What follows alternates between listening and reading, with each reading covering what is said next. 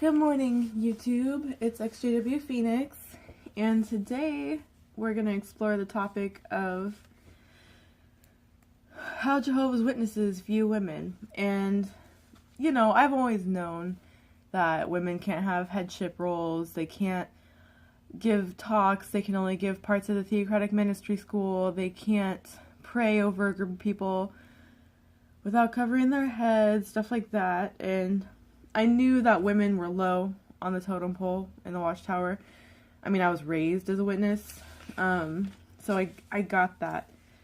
But then I stumbled across what Sam Hurd, governing body member Sam Hurd, had said about women. He had a couple of very interesting statements, and the links to these 3 videos are going to be in the description, so please by all means check those out. They're by Plastic Microphone.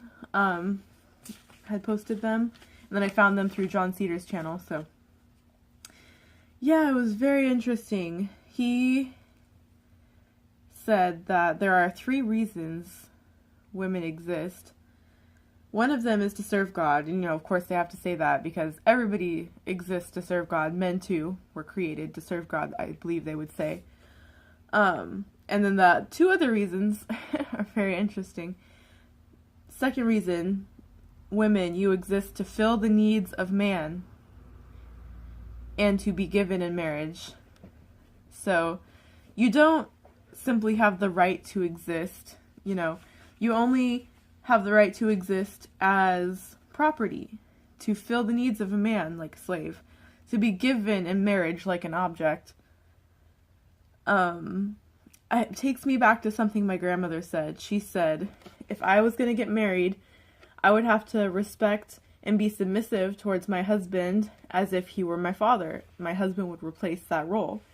And in that very moment, I decided I'm never getting married. I could not picture having to endure abuse. My father was a very abusive man. He's in prison right now because he was a very violent person.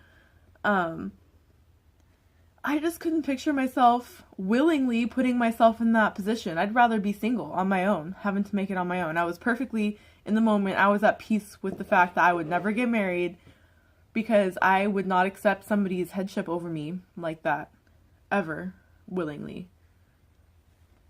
So, now understanding these 3 things, I understand where my grandma was coming from. He claims that women have the desire to marry from childhood and to desire to please their husband. So that's just ridiculous. I never wanted, as a kid, I was never fantasizing about being married and having a happy home life with my husband and pleasing him. And no, when I was a kid, I wanted to be a character designer for Nickelodeon and live in Burbank, legit. That was my plan. I spent hours drawing, and eventually my dreams were dashed because my grandma had to tell me once I was getting really serious about character designing. She said, you're never going to become that because it takes too much schooling and it would take you further away from Jehovah, and you don't want that. And I said, well, I guess not. So I did not desire to get married and please my husband from a child. So Sam Hurd, this governing body member, he's real delusional. I mean, he likes to speak for women. He says, women usually have this desire to get married and please their husband. No, we don't. Just saying. Let's see, what else did he say? He said, all women have what it takes to please a man. Some fail to use what they have properly, causing much unhappiness and sorrow. So that can kind of be taken in a lot of different ways. Of course, he's probably talking about lesbians, people who don't find themselves attracted to men at all. They cause much unhappiness and sorrow to God, maybe he's saying, but also, he's saying women with a passion who don't want to just be submissive to their husbands for the rest of their lives, they cause unhappiness and sorrow because they're trying to achieve for themselves.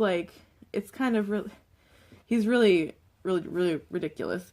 Is he talking about sexual desires? If women don't please their men, they cause them much unhappiness and sorrow. Well, what if that woman was sexually abused? I know personal experience, I was sexually abused, and I have gone through it. You know, when you go through sexual trauma, you're not just going to have a normal, happy sex life. Sometimes you feel triggered, you feel those emotions, those feelings from when you were being abused, and you just can't do it. And, you know, a normal, healthy, happy relationship, your partner would say, okay, you know, I understand, I know what you're going through, and our relationship and your mental well-being is more important than my sex drive. So, you know, I mean, and then it might just be a fact that she has a lower sex drive than he does, or, you know, vice versa. Maybe she has a higher sex drive than he does. Anyway, it's just absolutely ridiculous to say that women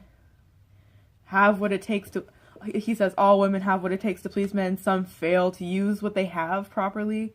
I mean, it's really just kind of objectifying women. It's really ridiculous. So this is where it gets better. You thought it wasn't going to get better. It does. He said, scientists say that cranial capacity of a woman is 10% smaller than that of a man. I didn't look it up. Okay, sure, maybe. I know, like, height and bone structure different for everybody, right? So, whatever.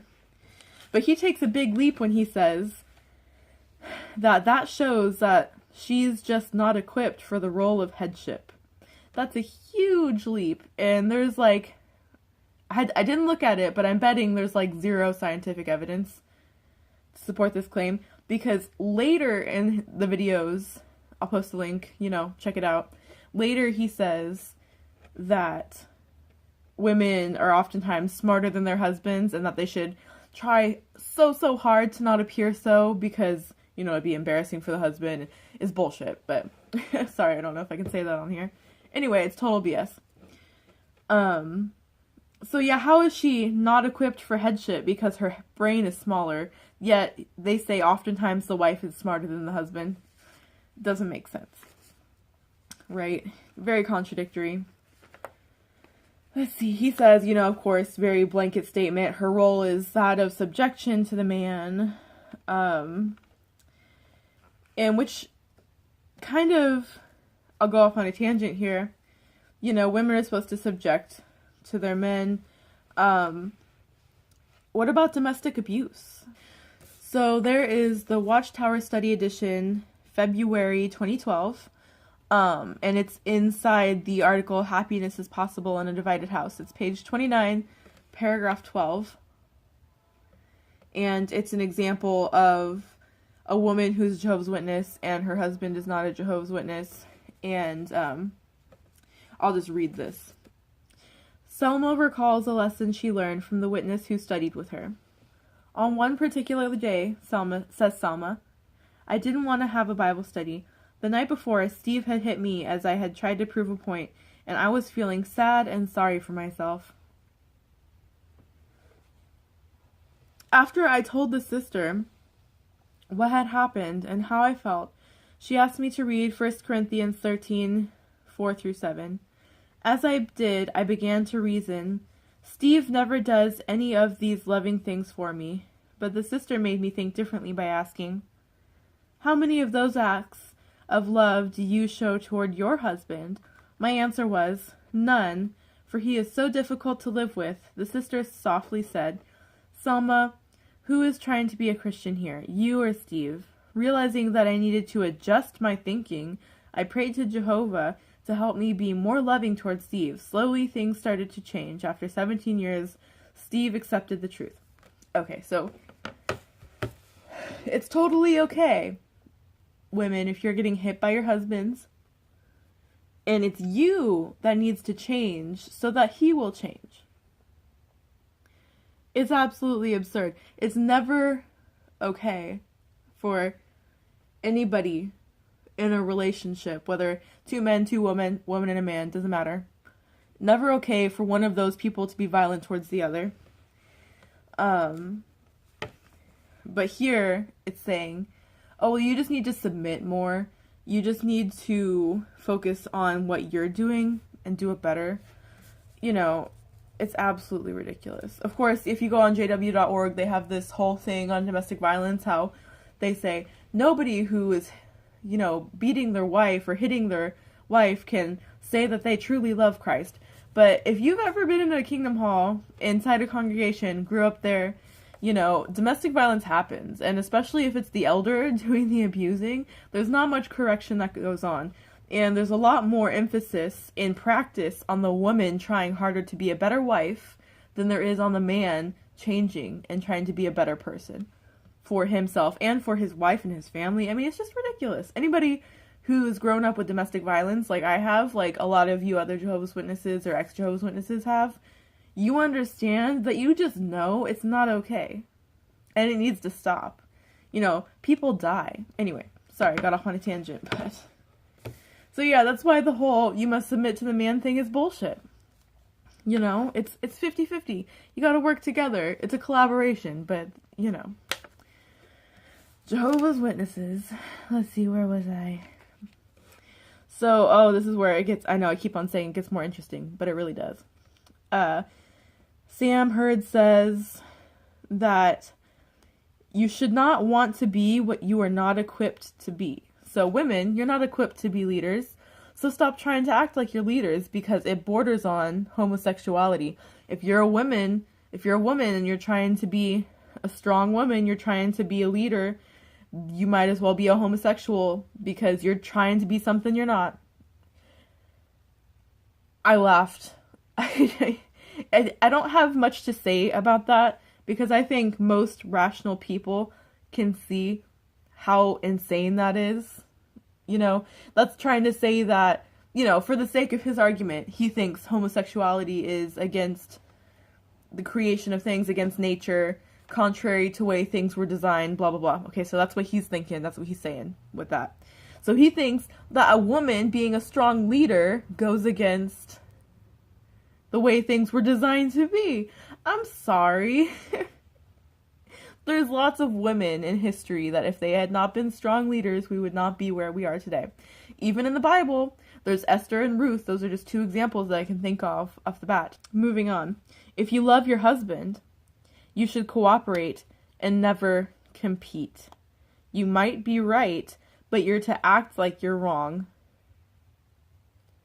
That's just ridiculous. So if your husband is a chronic gambler, gambling addiction, and let's say the wife is the only person who knows, she is still supposed to act like he's right and she's wrong. Have your whole financial situation collapse, maybe become homeless, who knows, but all that matters is that you act like you're wrong, even though you know you're right, and eventually he'll love you for not correcting him, and he'll see the error of his ways. The thing is, and this is my example, this is my experience growing up. My dad was, I mentioned before, he was a very abusive person. He was not a good person. I mean, I have a hard time calling anybody evil, but I think he's as close as it gets. And he would never respect or listen to my mom. She had MS, could barely walk half the time. He would still beat her, hit her, slap her, put her head through a wall, pour hot coffee on her. I mean, the list goes on. And he made terrible financial decisions. But she was just supposed to act like he was right and she was wrong, according to the Watchtower. And the thing is, if you never hear correction, because I guarantee you, she wasn't always going to the elders, and the only people who knew how terrible the situation was inside the family. Wives, if they never correct their husbands or try to guide them, steer them in the correct way, because, it goes both ways. The husband, the wife, the partner, whichever partner, you might be going off in a bad direction. And they say if you're really loving your husband, you should never compete, never, always cooperate. But is that always loving? What if they really need help? What if they're really going down a bad path, gambling, addiction? I mean, of course they say, oh, you should reach out to your elders, but, that just is, more embarrassing sometimes. The husband doesn't want his business being known by everybody, probably. I mean, that was a circumstance in our case. My mom wasn't going to run to the elders every time, because then she got beat afterwards. There was no winning for her. But, they say if you love your husband, never compete, always cooperate. I disagree. I think if you really love somebody, sometimes you got to tell them the hard truth for their own good. So, yeah, it doesn't matter if it's the man or the woman having to say some hard truth. I mean, I think everybody somewhere in a relationship has been in a point where they need to give some kind of advice, some correction when somebody's going down a bad path. That's just my opinion. Yeah, the last thing he said, wait on your man, like to do so. If he gets up at 5, do you get up at 4? That's kind of ridiculous. It really isn't about, he kind of goes into, oh, you should cook for your man. Even if he says, oh, honey, you don't have to, he would like it if you did, blah, blah, blah. Basically like, wives, you're just servant robots. Well, no. This is ridiculous because wives, husbands, 2 men, 2 husbands, 2 wives, it doesn't matter what the construct of the relationship is. You should both serve each other, If you're married, you understand what I mean. Sometimes I cook for my husband. Sometimes he cooks. We split the work. Currently in our household, he works a lot more than I do.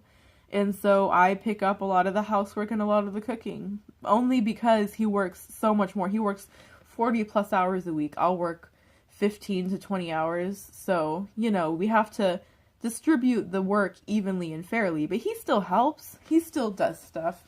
He's not just working, coming home, putting his feet on the, putting his feet up and then saying, oh, give me a beer and make me dinner. No. No, he does not talk to me like that. He would never, because he respects me and I respect him. But, Sam Hurd says you should serve him and willingly do so, not mentioning what the husband should do in return, how it's 50-50. Or no, even, it's 100% and 100%, both parties, but another conversation for another time. Yeah. I mean, this reminds me, growing up, my mom had MS, I mentioned that, was in a wheelchair a lot of the time, and she would cook for my dad. She stayed at home. She was on disability, so she never worked, and he tried to run his own business, but he was home most of the time too, and basically sat on his ass and did nothing 80% of the time. But he wanted to be treated like he was some kind of king for no reason. He didn't want to try to work for it, but he wanted to be treated like he was some sovereign king. So she would cook for him, and I mean, granted, she's still Joe's witness. There's some tension in that relationship, but like looking back in love, I can honestly say she tries hard, but she's a bad cook. I mean, some people have it, some people don't. But, she's got a lot of things on her plate. She had 5 kids and an ungrateful husband that treated her like a servant. So, she had it hard. And if the toast was burnt, if the eggs weren't done right, if the coffee cup had a thing on it and he thought it was dirty, he would throw the plate at the wall. It would shatter, food would go everywhere. And then he would tell her to clean it up. And tell her that, oh, you didn't try hard to make this, you blah, blah, blah, spew a whole bunch of insults, hit her, slap her, whatever, because he was raised in the organization. He was taught women should bend over backwards to be servants and slaves to their husbands, which is not true. Because women are human beings too, and if men wouldn't want to be treated this way, or, if anybody wouldn't want to be treated like this, why would they treat their partners like this? And, oh, you should love your role. You should be happy that you're a woman, he says. It's ridiculous. Nobody would be happy, truly happy, in this subservient position. Even if you have a husband who is super sweet, if he's treating you like the subservient slave, I'm sorry, it's not a turn on. It's not nice. He ain't getting nothing in bed. I mean, if it was me, no. It's not okay. It's not okay to treat women like that. They didn't decide to be born without a penis. It's ridiculous to treat something just because of their sex that they were born with. So yeah, I guess that's my little spiel on this. I mean, these clips that I'm going to post down below in the description, they've been floating around the internet. I mean, they're at least, I think they're like from 2010. I mean, they're not new. It was just the first time I had heard them. And I just had to have a response about it because I feel very strongly, I feel very strongly that it's complete BS. And I'm sure most of you guys watching this understand that too. So yeah, that's all I have to say today. Thanks for watching, and I'll see you guys later.